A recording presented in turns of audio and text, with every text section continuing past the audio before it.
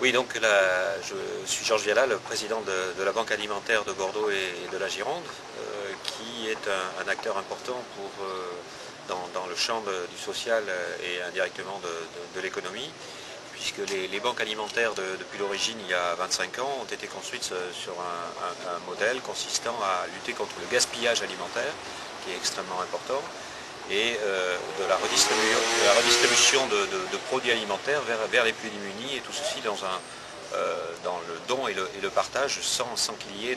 d'échanges financiers. Donc à Bordeaux, la banque alimentaire récupère à peu près 4000 tonnes de marchandises par an qui permettent de nourrir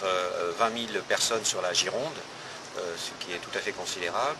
et à peu près 8 millions de repas par an. Donc la Banque alimentaire de Bordeaux est la deuxième banque alimentaire de France, parmi les 80 qui existent en France. Et donc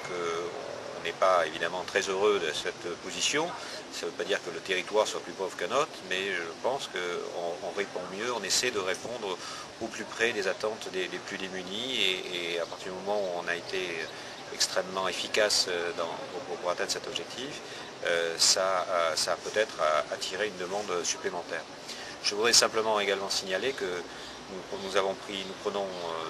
de nombreuses initiatives toujours pour aller dans ce sens, qui va cet été, entre le 13 juillet et le 16 août, nous organisons pas loin d'ici, Cour d'Albret, un bus à partir duquel nous allons distribuer des repas aux SDF,